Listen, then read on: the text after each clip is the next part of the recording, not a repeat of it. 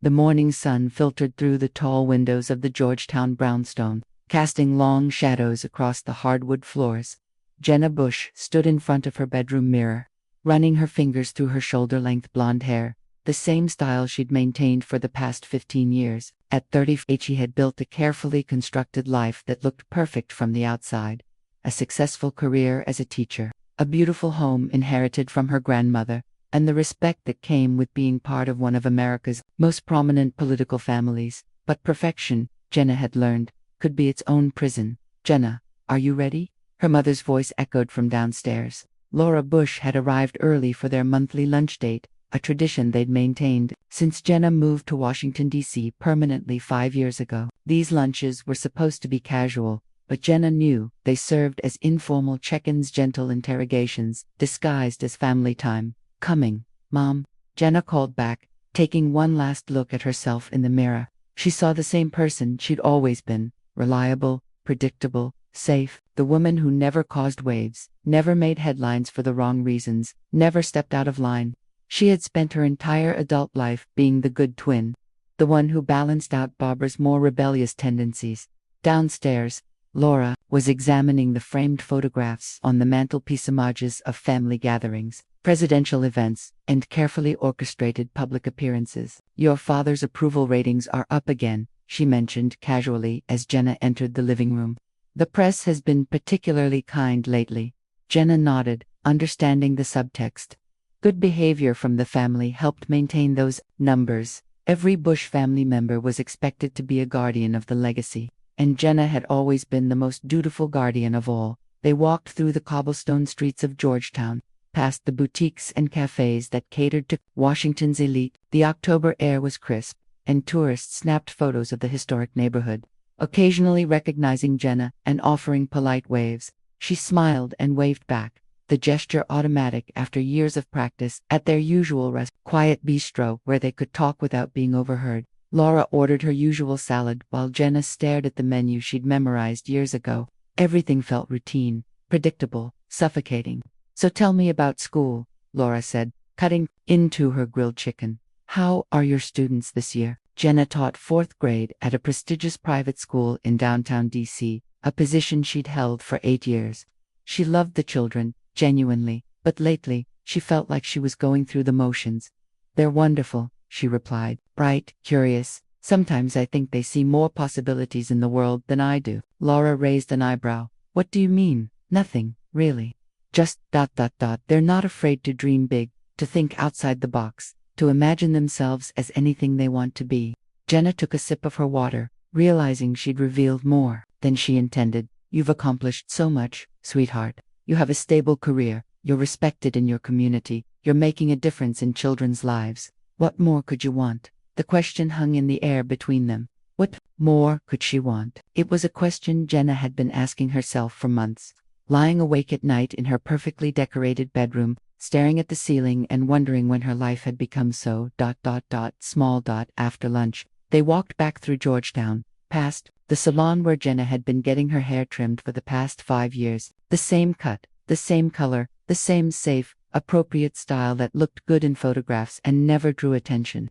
As they passed the window, Jenna caught a glimpse of herself in the reflection, and for a moment, she didn't recognize the woman staring back.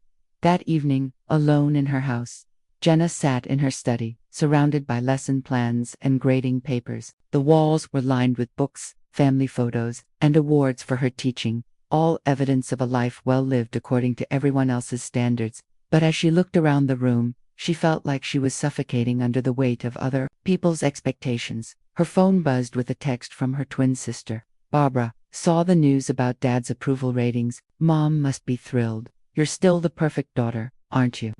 Even Barbara, who had always been the wild one, the one who made mistakes and lived authentically, saw Jenna as trapped in her role as the good twin. The message wasn't meant to be cruel. Barbara was probably just being playful, but it stung because it was true. Jenna set down her red pen and walked to the window overlooking her small garden. The autumn leaves were changing colors, transforming from green to brilliant reds and golds before falling away entirely. Nature embraced change as a necessary part of growth, but somehow, she had convinced herself that staying the same was safer, better, more responsible. But what if everyone was wrong? What if the person they all expected her to be wasn't the person she was meant to become? 3 weeks later, Jenna stood in the faculty lounge at Preston Academy, listening to her colleague Sarah Martinez discuss her upcoming sabbatical to teach English in rural Costa Rica. Sarah's eyes lit up as she described her plans, the adventure, the uncertainty, the chance to make a real difference in an entirely new environment. "Aren't you scared?" Jenna asked, genuinely curious. Sarah laughed, terrified. "But that's how I know it's the right thing to do." "When was the last time you did something that scared you?" The question followed Jenna home that evening, echoing in her mind as she prepared dinner for one in her immaculate kitchen. When was the last time she'd done something that scared her? She couldn't remember. Every decision she'd made for the past decade had been calculated, safe, approved by the invisible committee of family expectations that seemed to govern her life. The next morning brought the monthly faculty meeting, where Principal Harrison announced the opening for a new position, coordinator for the school's partnership with underserved communities in Southeast DC. It would involve developing curriculum for at-risk youth, working directly with families facing economic hardship, and, essentially, starting a program from scratch. It was challenging, uncertain, and completely outside Jenna's comfort zone. The position requires someone willing to take on significant responsibility and work in environments that might be challenging. Principal Harrison explained, "We need someone who can think creatively and isn't afraid to get their hands dirty." Jenna felt her heart race. This was exactly the kind of opportunity she'd been yearning for without even realizing it, a chance to make a real difference, to step outside the protective bubble of her privileged world and do something meaningful. But, as she looked around the room at her colleagues, she realized they weren't looking at her as a potential candidate. They were looking at her as the safe choice, the one who would stick with her current fourth-grade classroom, because that's what Jenna Bush did. She stayed put. After the meeting, Sarah approached her in the hallway. "You should apply for that position." "Me?" Jenna was genuinely surprised. "I don't think I'm the right fit." "Why not? You're brilliant with kids, you care about education, and you have the name recognition that could help with fundraising and community outreach. Plus," Sarah lowered her voice, "I think you need this more than you realize." That afternoon, Jenna walked through the halls of Preston Academy, polished floors, state-of-the-art classrooms, students who had every advantage in life. It was a good school, and she was a good teacher, but she felt like she was sleepwalking through her days.